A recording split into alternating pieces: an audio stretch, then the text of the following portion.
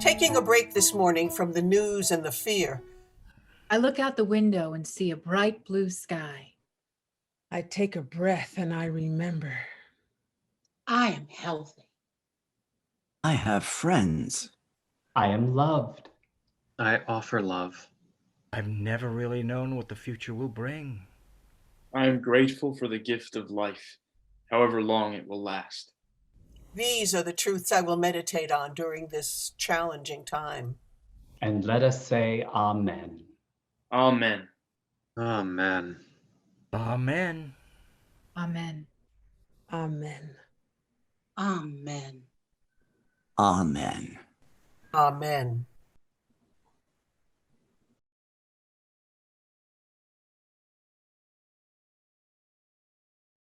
Today, as I wash my hands, I meditate on this. This soap in my hands. It did not drop from the heavens. It did not materialize out of nothingness. Thousands of years ago, someone invented soap. The recipe was shared and refined until all over the world, people used soap and received its blessings. Hundreds of years ago, someone thought of a way to manufacture soap, and others worked to distribute it. Until all over the world, people used soap and received its blessings. I thank everyone, past and present, who have put this soap into my hands, so that at this moment I may receive its blessings that help save my life.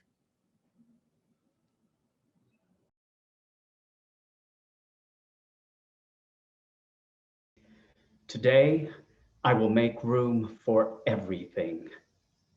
My fear, my courage, my desire to avoid, my desire to connect, checking Facebook, avoiding Facebook, my love of the moment, my anxiety about the future, my hope, my doubt, my faith, my despair. I look at all these parts of me and say, bless you all. I don't want to be any less than all of me.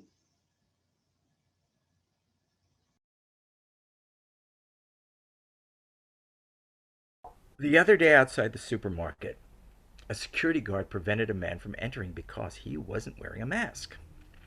The man ranted and raved and said that the pandemic was a hoax. What a madman, I thought. What an idiot. The idiot madman yelled at anyone who would listen. Do any of you even know anyone who's died from COVID-19? Yes, I said, I know someone who has died. The man replied, I know someone who's died too. My brother died a week ago from a heart attack. The doctor said it was COVID-19, but I don't believe him. I'll never know for sure if he was right or not. But I will say this. My apologies to all the alleged madmen and idiots who I've encountered over the years. Forgive me for thinking I know the full story.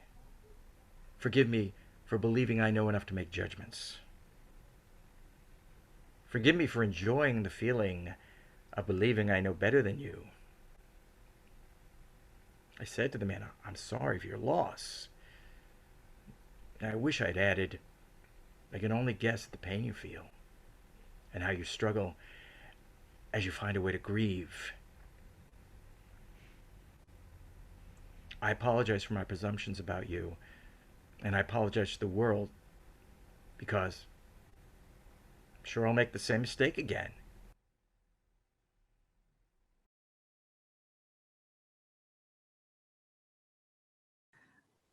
The other night in my building's laundry room, a woman complained to me about having to do laundry. I told her that I had been self-quarantined for 2 weeks and that I had been looking forward to the moment when the 2 weeks had passed and I could enter the laundry room again. Thank you, universe, for the blessing of laundry. Thank you for the blessings of washers and dryers, of detergents and water, of electricity and heat. Forgive me for not appreciating them enough. Forgive me for taking things for granted. Forgive me for any moment I'm not filled with awe. Thank you for the blessings of everyday miracles.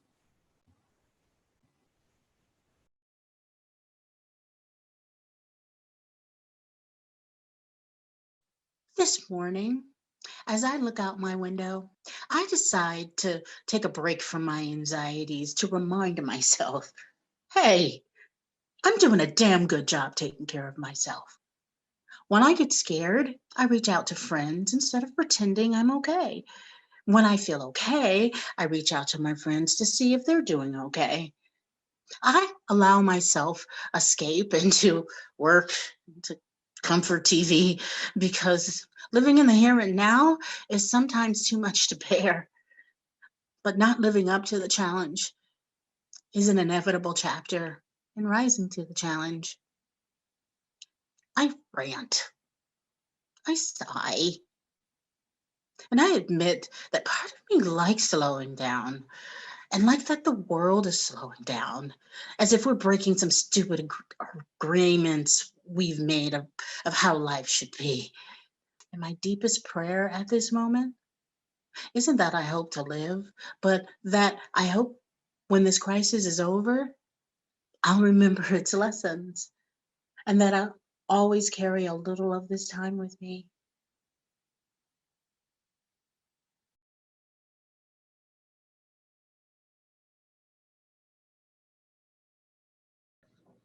Since the pandemic has begun, there are questions that I now reflect on that I never thought about before. This is one of them. Would I like you so much if you weren't 6 feet away from me? I mean, I really like getting to know you, but part of me is very glad that you're at least 6 feet away from me. To be honest, I'm kind of shy, and there have been people I've been with, people I've touched, people whose skin I press close against mine. And in my heart, I was still keeping them 6 feet away from me. So maybe this situation we find ourselves in actually has some blessings, including the blessing that in our fast food, fast love culture, it might be nice to take things slow. Perhaps this is wisdom our ancestors knew, why courtship became ritual, why modesty was respected, why anticipation became such a popular form of foreplay. So let's enjoy the view of each other on the screens. Let's explore what happens when bodies are separated and only souls can touch. Let me get to know your smile and slowly show you mine. Until that day when limits are lifted and we face that formidable question. Will you like me so much if you weren't 6 feet away from me?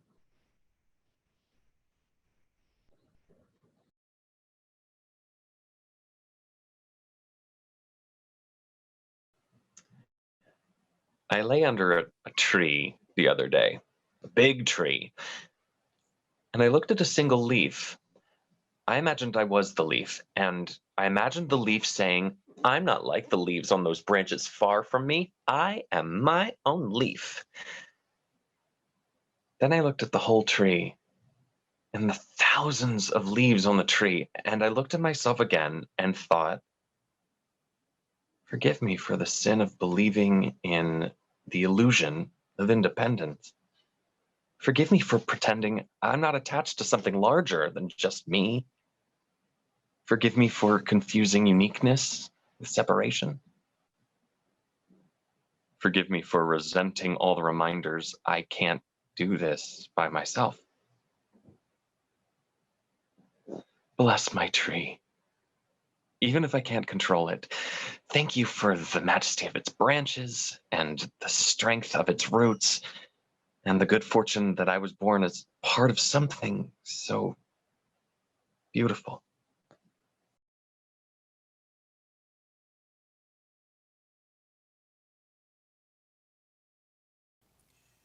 A friend has never appreciated his backyard more. A friend without a backyard has turned her fire escape into her front patio. A friend without a backyard or a fire escape has fallen in love with his luscious, yummy couch. I will listen politely to raptures about the songs of birds, the magic of fireflies, and the joy of seeing trees bloom in the spring.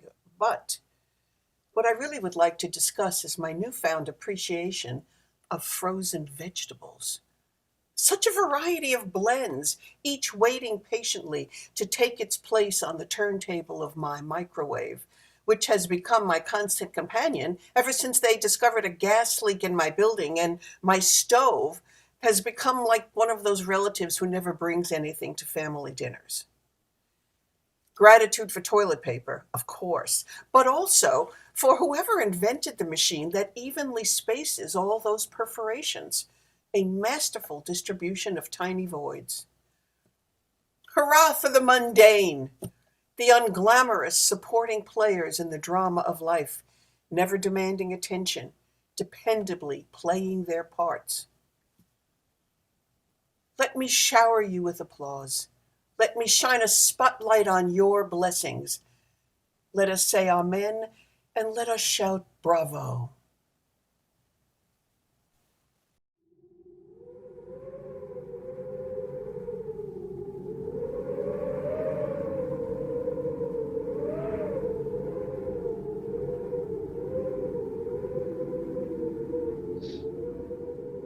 As I watched the news, absorbing the daily horrors, as I put on my mask, preparing to venture outside my cocoon, I wonder.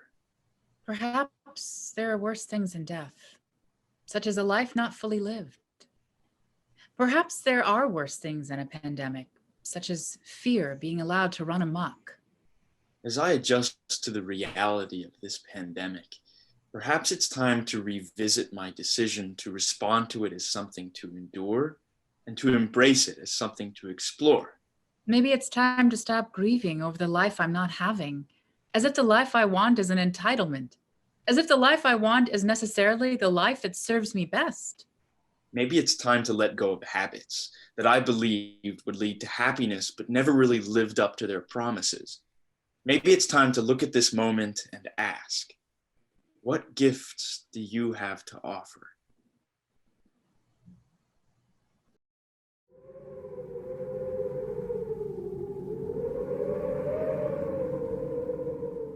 Today, over a month since I have felt the touch of another human, I meditate on this. Let me touch you with the rays of the sun, the sound of chirping birds, the smell of cinnamon, the taste of dark chocolate, the sight of spring flowers. Let me tease you with the wind, tickle you with a joke, scratch you with the news, cuddle you with my words, and nurse you with my love. I cannot promise you an end to loneliness and isolation. I cannot promise you a substitute for the pleasure of skin on skin. But every day, I will find ways to caress your soul. And all you have to do is let me in.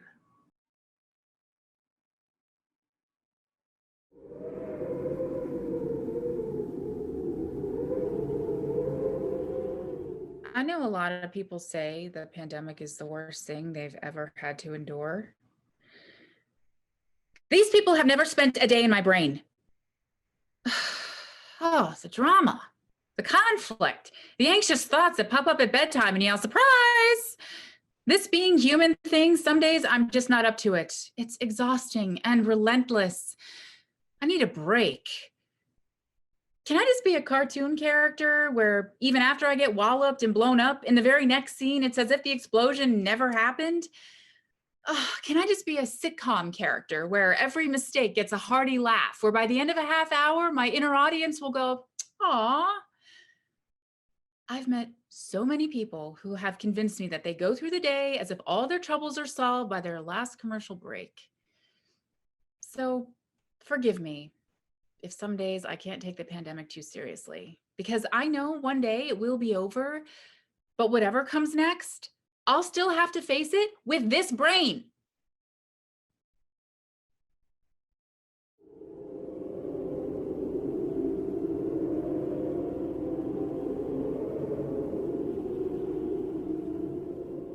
I watch the news and I keep wondering, where is God in all this? And a quiet voice replies, I am not only in the heroes we know about, the healthcare workers, grocery clerks, and more, but also in everyone who cares for them, and those who care for them, and those who care for them. I am in friends who buy your groceries when you can't go out, the child who takes joy in silliness and play, the dog who says, hey, let's hang out more, and the sun that rises each morning, even when obscured by the darkest clouds. I am in the elected official who rises to the test and shows what it means to be a public servant searching for answers that lie beyond the decaying bumper stickers of politics. And I am even inside those who don't hear me, who have taped over my voice, who have thrown me into soundproof rooms. I am in each and every one of them, shouting patiently, come back. I am in everyone and everything that reminds you that even as we suffer, even as some die, there is still beauty in the world. And yes, I am inside you, whether you listen or not, whispering to you softly, help me, help me.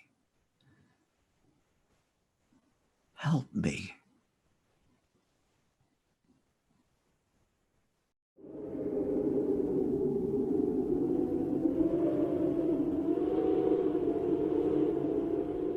Masks.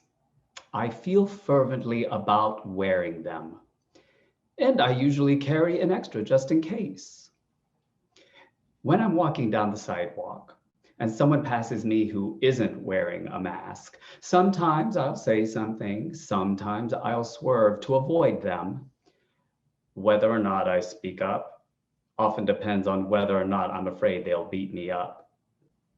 On the subway the other day, everyone sits a safe distance apart. Everyone is wearing a mask until a kid in his 20s enters. Black hoodie, black sneakers, gray sweatpants, wearing earbuds, absorbed in his phone, looking like he doesn't give a damn about anything. I try to ignore him, but that's not one of my strengths. I finally catch his eye and say the simple word, mask. What? He asks. You should wear a mask, I say, already worrying if I should have just kept quiet. He says his broke. I offer him my spare. He takes it and thanks me, puts it on and returns to his seat. Actually, I don't think anyone is likely to beat me up if I say something. Still, I have to overcome a primal fear every time I say mask.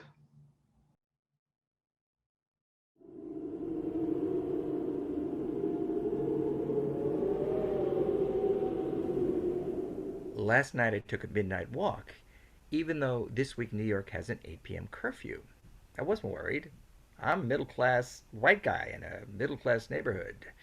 And I assumed if a cop stopped me, I'd just say, I'm on my way home, officer. Today I take another walk, and I look into the face of a black man walking by, and for the first time, I really get that if he was in the wrong place with the wrong cop, he might be dead. As I continue to walk, I look at faces of other people of color. With each face, I think, that man could be the next George Floyd. That woman could be the next Breonna Taylor. When the demonstration started, I supported the cause because I'm a good liberal. But I hoped things would calm down quickly and that the stress of now would soon disappear. Now I understand why the protests need to continue until my resistance is so worn down that when I walk down the street, I remember that Black Lives Matter isn't just a concept, but a deep prayer to be repeated and repeated by us all until that prayer is answered.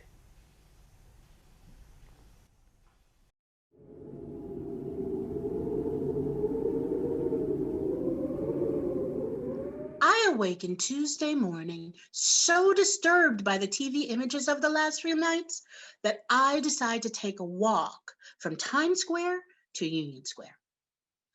Although I see many stores boarded up, I also see people walking their dogs, people kvetching into their cell phones, someone taking a selfie in front of Macy's, a man lowering his mask to take a drag off his cigarette, a restaurant with a sign in the window saying Black Lives Matter. I see folks in the park having lunch, a man leaning on the step and philosophizing to the woman next to him, a veteran asking for a handout. I give him $1. I see a halal food van with a guy inside chopping lettuce. I'm tempted to buy a sandwich, but he has his mask on his chin and some risks I'm not ready to take yet. Someone has spray painted graffiti on a building. Will change the world with flowers or will change the world with guns. Union Square, a makeshift memorial to George Floyd, includes his photo, flowers, quotes from Martin Luther King, and a sign saying, "White silence is violence." On my way home, I walk by a shop advertising New York gifts. Its window is boarded up, but I know someday that board will come down. And I pray that when that happens, all of our voices will be heard. The most precious of New York gifts.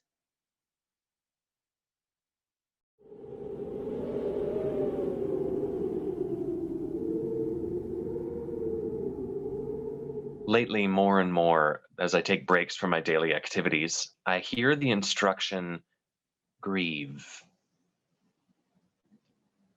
If every day is a blessing, every day also includes loss. So much of what I've grown to cherish about life is, at least for the moment, gone. I miss seeing the smiles hidden behind the masks. I miss those moments during meals with friends when a friend asks, "Hey, this is yummy. Would you like a bite?" I miss those moments in the supermarket line where I start chatting with the person next to me. Never about anything significant, but about everything that's deliciously small. Some losses I notice, some losses I'll never know about. Those are the losses I grieve the most. I hear sadness is not something to get over, but a place to visit as often as I need.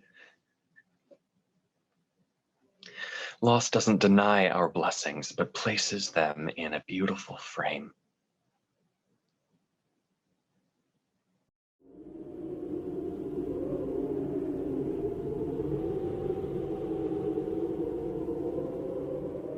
Today marks 1 month since that fateful day when I awoke to discover that my beloved microwave had died. My old microwave and I understood each other. I knew how to push its buttons, and it responded exactly as I wanted. It satisfied me every time. My new microwave, its buttons are all in the wrong places. What used to take one button now takes 5. What used to come out at the exact right temperature now, it's half too hot and half too cold. I've read the manual a dozen times, and my microwave just sits there as I grumble to myself, I never needed a manual for my old microwave. I keep asking, just tell me what I'm supposed to do, and it just glares back smugly. I'm tempted to suggest we seek appliance counseling, but this machine refuses to admit that it has any flaws. It's possible by now you're thinking I'm obsessing about this too much. There are so many bigger problems in the world. There are so many tragedies every day. I agree with you completely. So much is overwhelming. So much is out of my control. So I'd rather focus my fury on my new microwave. Perhaps its best feature is that it accepts my contempt. We all need a place for our rage, and mine is on my kitchen counter.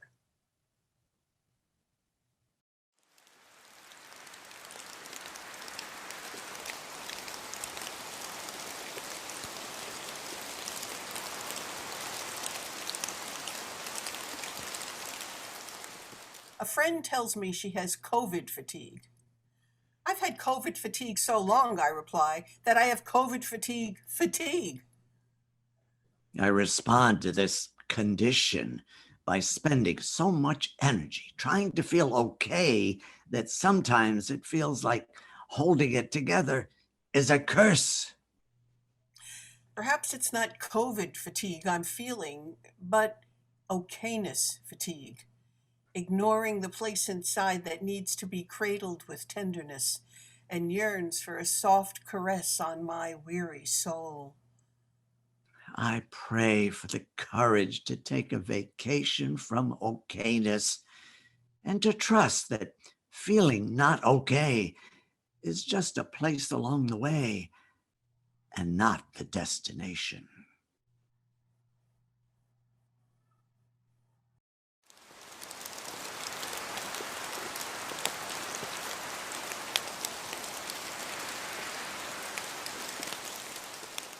Like someone alone in a rowboat in the middle of a sea of unknown length, I keep rowing and dreaming of standing on firm ground again.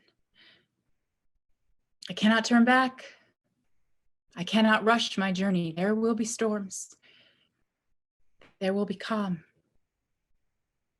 Sometimes I think I couldn't have it worse. But then I remember, I have a boat. I have oars. I may not be on firm ground, but I have a vessel and I have tools and stronger arms than I ever knew I had. When I reach my destination, my blistered soul will need healing, but I haven't arrived yet. So I keep rowing, one stroke at a time, dreaming of the future, accepting of the now.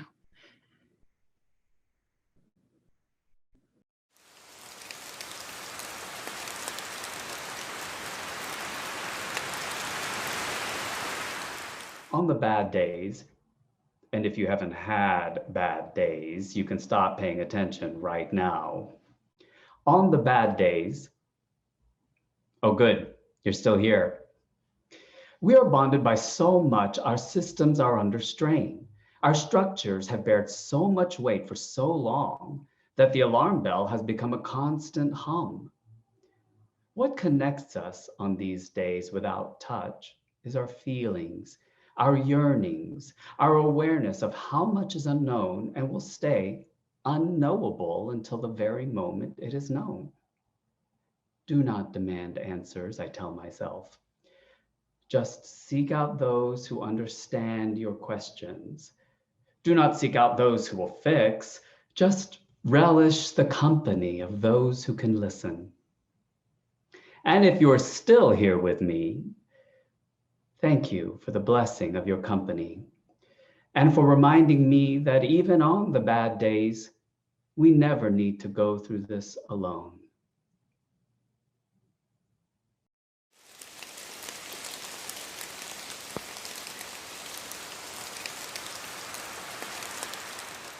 I ache, I wail, I mourn, I sigh.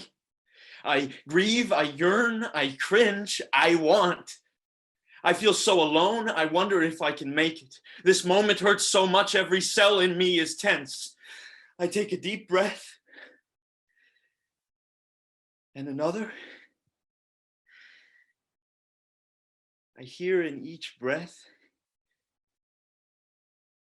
gratitude.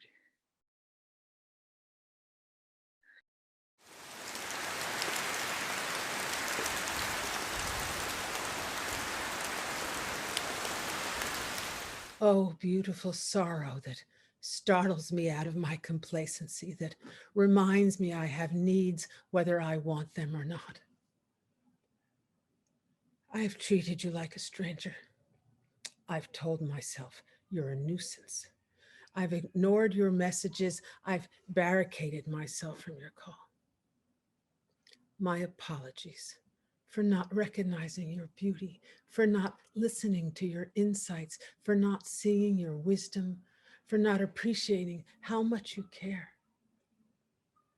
Thank you for waiting patiently as I busied myself with other matters. I believed if I distracted myself long enough, you'd give up and go away. But now that I've stopped running, possibly from sheer exhaustion, let me look at you and let me let you look at me. Tell me of your longings. Tell me of your regrets. Tell me all the truths I've hidden from myself. Let me embrace you fully. Let me open to your voice. Let what I used to hear as noise transform into a song of the soul.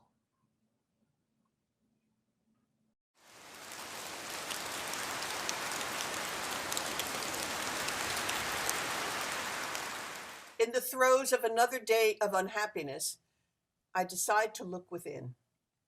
I decide to make a list of everything I do to myself that perpetuates my own suffering. I get out a piece of paper. I pick up a pen. If necessary, I will spend all day making this list of self-sabotaging habits. I'm going to be honest with myself. I'm going to be relentless. This will be my roadmap out of the misery I cause myself. I look at the blank sheet in front of me, prepared to be ruthlessly thorough, and I write, number 1, making lists. I put down my pen and go out and enjoy the rest of the day. Thank you, list. You've taught me everything I needed to learn today.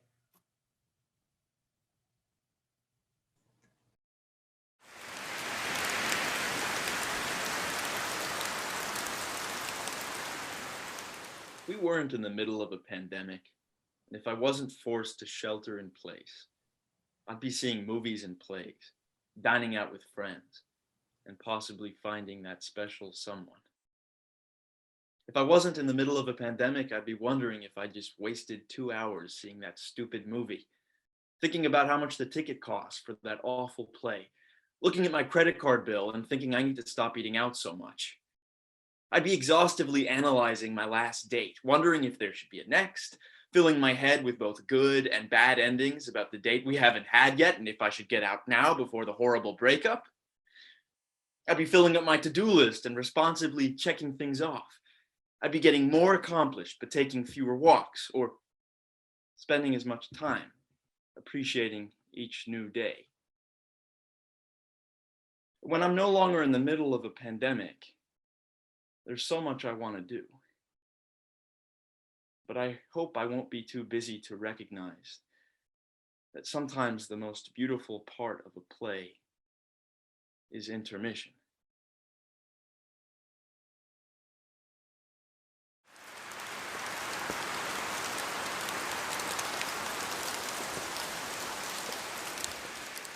When it's time to hold the meeting, give fear a place at the table. When fear feels estranged from your gatherings, it only works harder to be let in. When it's time to hold the meeting, give grief a place at the table. Grief is only passing through. It has healing powers like no other. When it's time to hold the meeting, give anger a place at the table. Let it shout till it loses its voice. Only then can it give up and listen.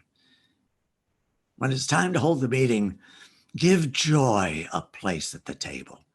Do not ask it to justify its presence, or it will quickly run away. When it's time to hold the meeting, give ego a place at the table. But for God's sakes, don't hand it the gavel. Treat it with respect. It's a warrior for your wounds. And whatever you do, when it's time to hold the meeting, make sure you keep one seat empty. A stranger may appear, bringing gifts of wisdom, mercy, and grace. Only then will the meeting be ready to begin.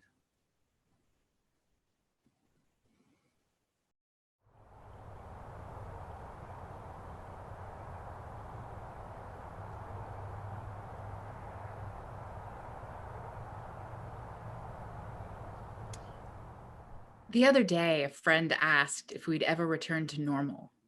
And I wondered, what exactly is this thing called normal? Every normal is just a phase, a cluster of agreements made by those who are probably too scared to believe in anything else. For many years, I was so afraid to be anything but normal that most of me became a stranger, locked behind a door marked, "Do not enter." But I was never that good at actually being normal, unless you consider pretending to be normal the most normal activity people do. When the pandemic ends and the scar tissue heals, I pray for the strength to resist normal's grip. I pray instead to live in discovery and awe. Please look for me. I have no idea where I'll be. Perhaps I'll be frolicking with others who are far from normal, but who wish to explore with abnormal joy this fleeting experience called life.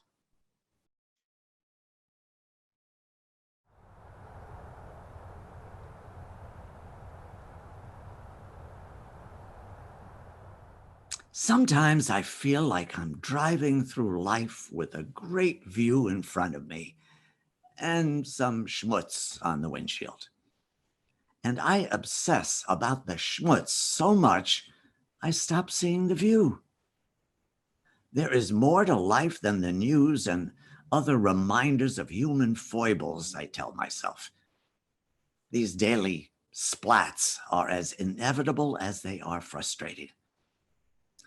So much of what we call life is just schmutz on the windshield. You could spend your entire life trying to clean off the schmutz, but trust me, you can't go for a drive without accumulating more schmutz. I pray for the soul of the planet to shine through my windshield. Let it brighten dark days and warm the coldest of nights. Let the soul of the planet find a way into my heart. If I could do this, the same exact journey will be a more beautiful drive.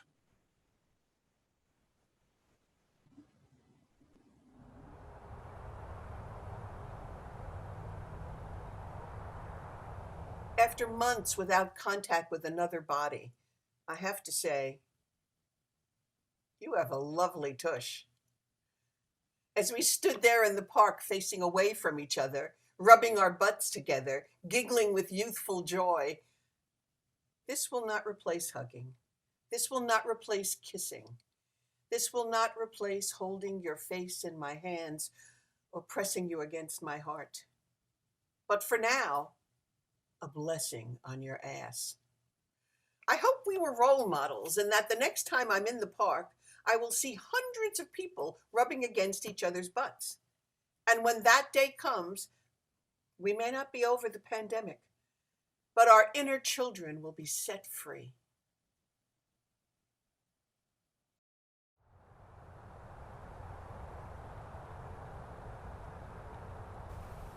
The other night, around midnight, I take my usual late night stroll near Riverside Park. It's usually empty, But on this one night, there's a crowd of almost 100 people just hanging out, not socially distant, not wearing masks, looking like they're enjoying each other's company. All of them are black. What do I do with this piece of information? Do I ignore it as irrelevant?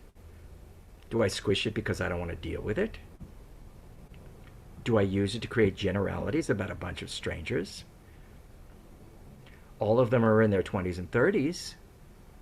What do I do with this piece of information? Do I ignore it? Do I use it to create generalities about a bunch of strangers? Do I feel comfortable with it because it's not about race? What should I do with the facts that I'm presented with each day? How can I admit them into my mind? How can I transcend both fear and biases so I can see them clearly? I admit I do not enter the crowd. I'm definitely curious. But unlike me, none of them are wearing masks. At least none of them that are visible.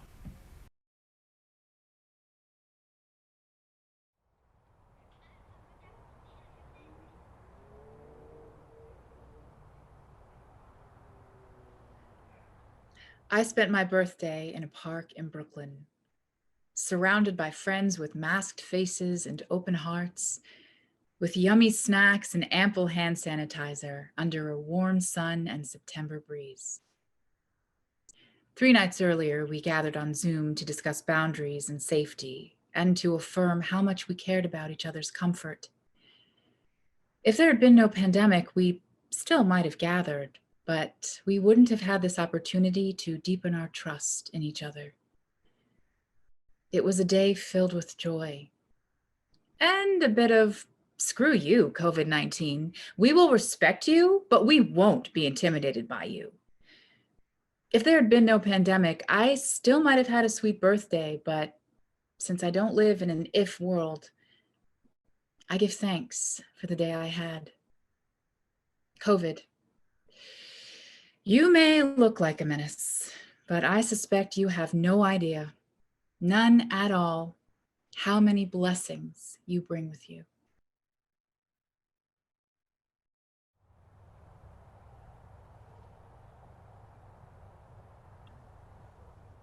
When the pandemic is over, I will stroke your brow, caress your face, and let you weep. I will touch you softly, knowing how raw you are, and I will peel off your armor slowly, putting it in a safe place in case you need it again. I will let you sink into my arms and let the unfamiliar become familiar again. I will hold you, yes, all of you, including the place that yearns to fall apart and longs for the day when you can. I will let you lie on my lap and curl into a ball and let your body say Kaddish as I gently stroke your hair. I will calm the places that are still trembling, that refuse to believe it's safe to feel again. I will press gently on those places till they know it's safe to surrender again.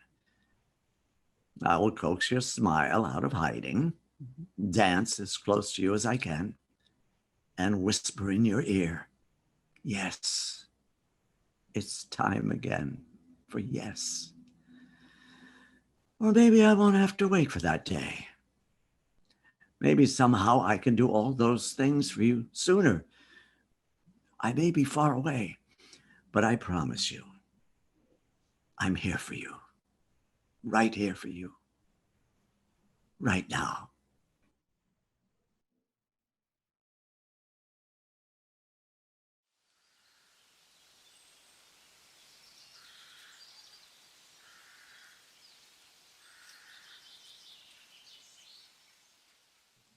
I tell myself I'm willing to dive deep, but then I hear, there is a depth of grief you cannot comprehend. Are you really willing to go there? There is a depth of beauty you cannot comprehend. Are you willing to welcome it into your heart? Feel fear. This fear is not God. God says, "Bring me your fear and I will swallow it and turn it into gold." I feel distrust. Distrust is not God. God says, bring me your distrust, and I will weave it into fine linen. I feel hate. This is not God. This is habit. This is feeble defense. God says, I will chew it up. I can handle it and more. I feel love. God says, don't rush it. Pretend love is an obstacle to true feelings. Let real love take you by surprise. Finally, I say, I bring everything to you, including the unknowable. God says, I can absorb it all.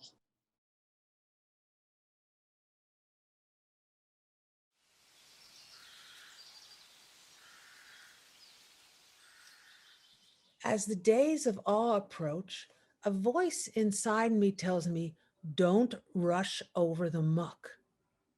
The muck is where the juicy stuff is. Here you can unearth treasures hidden under the cover of mud. Here you will find a large set of keys. Most won't help you at all, but one will unlock doors to brighter days. Here you will find an old packet of seeds that, if planted in your soil, can still blossom into beautiful flowers. Here you find remnants of old loves pressed in books that have been discarded, but which can still teach and inspire. And here you will find the missing part of your heart, waiting like a piece of luggage whose claim tag you threw away years ago. Here you will also find your shadow and your shadow's shadow. Hard, coarse rocks that can be buffed into beautiful gems. I pray for the courage to dive into the muck and to know that anything I discover can be washed with my tears until it glistens.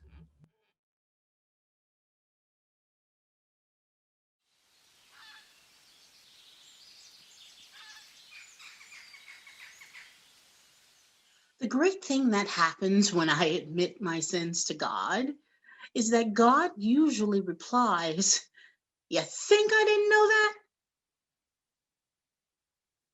The purpose of admitting my sins isn't to inform God of my sins, but to acknowledge to God my awareness of them. Hiding is an act of supreme egotism. The belief that you can skillfully pretend and that God will buy it. Good luck with that.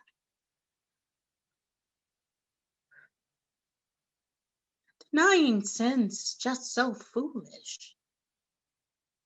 You will keep me stuck exactly where I am. And remaining exactly where I am is a prayer that is rarely answered. The divine wishes to heal the real me, not the pretend me. If I surrender my defenses, maybe I can reclaim my soul.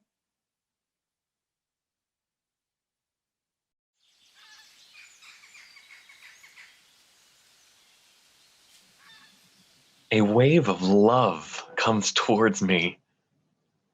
This is not a sweet-looking wave. This is a tsunami. This is more than I can handle. Instantly, I put up an impenetrable wall. A lightning bolt of love flashes before me. It is too bright to look at directly. I look away and think, pure love is too much for me. I can only handle love as metaphor.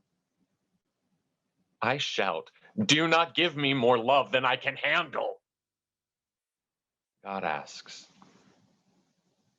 you want such poverty? I'm too embarrassed to admit that my answer is yes. The sea is calm. The sky is hazy. I yearn for connection, but surrender terrifies me. I stand at the shore of an unbounded ocean of consciousness, praying for another wave.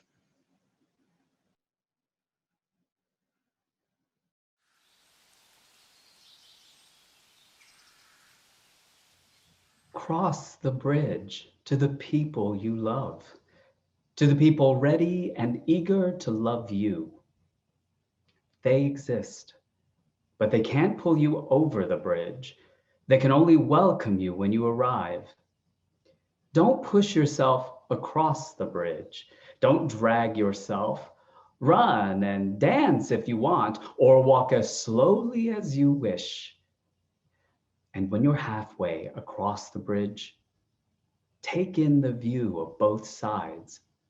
You'll be tempted to turn around. Be kind to that temptation. You can always return to where you've been, but you'll never know the joy of the other side unless you summon the courage to keep walking. And when you arrive, rest a moment. This is the land that's been promised to everyone willing to take the journey.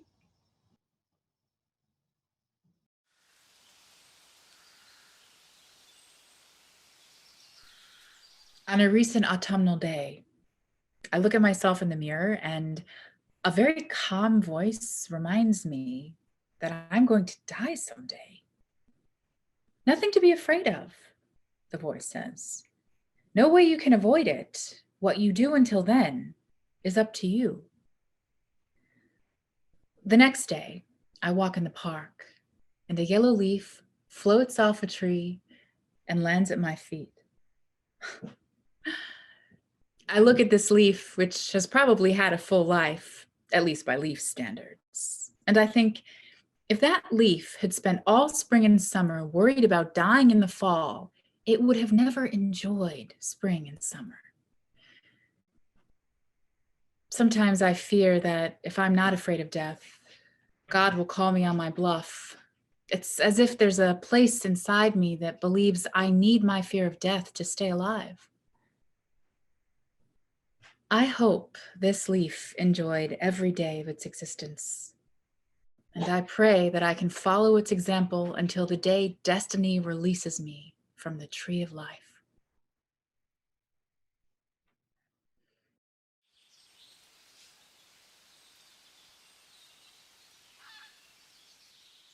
On a crisp autumn day, a friend and I walk into the woods, socially distanced, but feeling close to the earth.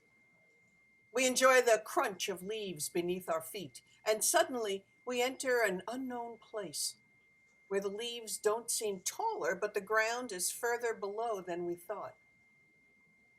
With each step, we sink further into the leaves until, with big smiles on our faces, we decide to lean back and let the leaves catch us. Lying in a thick bed of leaves, swaddled by their embrace, we look up at the naked trees around us and see not only limbs and branches, but also tiny capillary branches, looking so fragile, but having the strength to endure wind and cold. I wonder how much people are like trees. We see how they appear covered with leaves. Do we see their roots? Do we understand how much of them is beneath the surface, intertwined with the roots of others, nourished by soil thousands of years old? As I relax into this bed of leaves, my body comfortable and warm, I wonder, is this what it would be like if I let my soul surrender to God?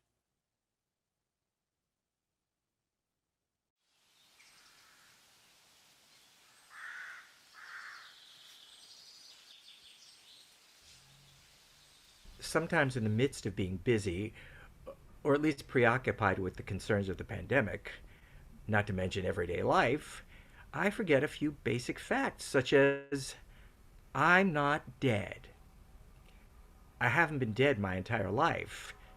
Although there have been several years that it'd be very difficult to convince me of this, or at least that life is a gift worth celebrating. So I'd like to take a break and thank whoever's responsible for me not being dead. Thank you for the blessing of each day. Thank you even for the days that I'm in no mood to enjoy them. Thank you for the blessing of every moment. And my prayer at this moment is simply this. Please remind me when I forget that life is a gift and that I'm not dead, even when I forget I'm alive.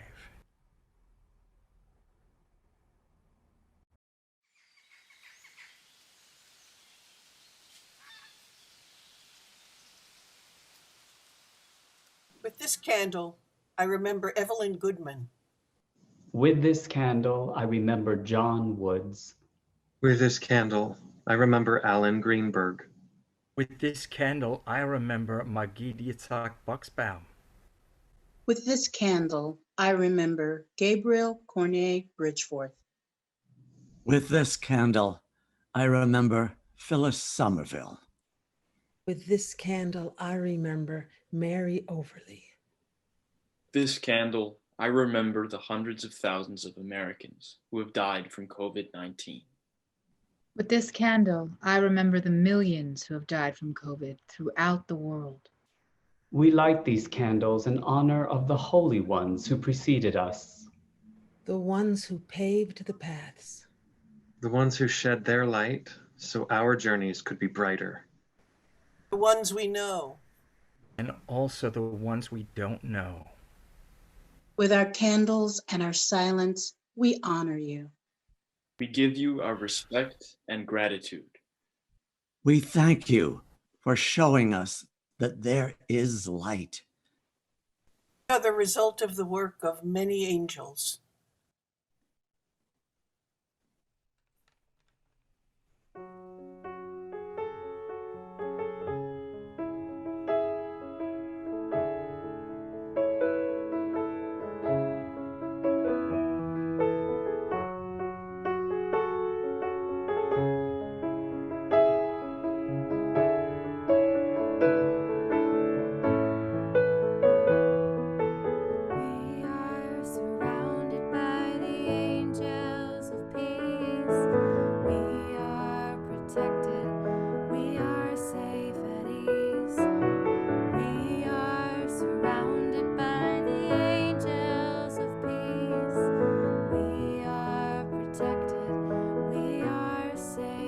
And let us say Amen. Amen. Amen. Amen. Amen. Amen. Amen. Amen. Amen. I am so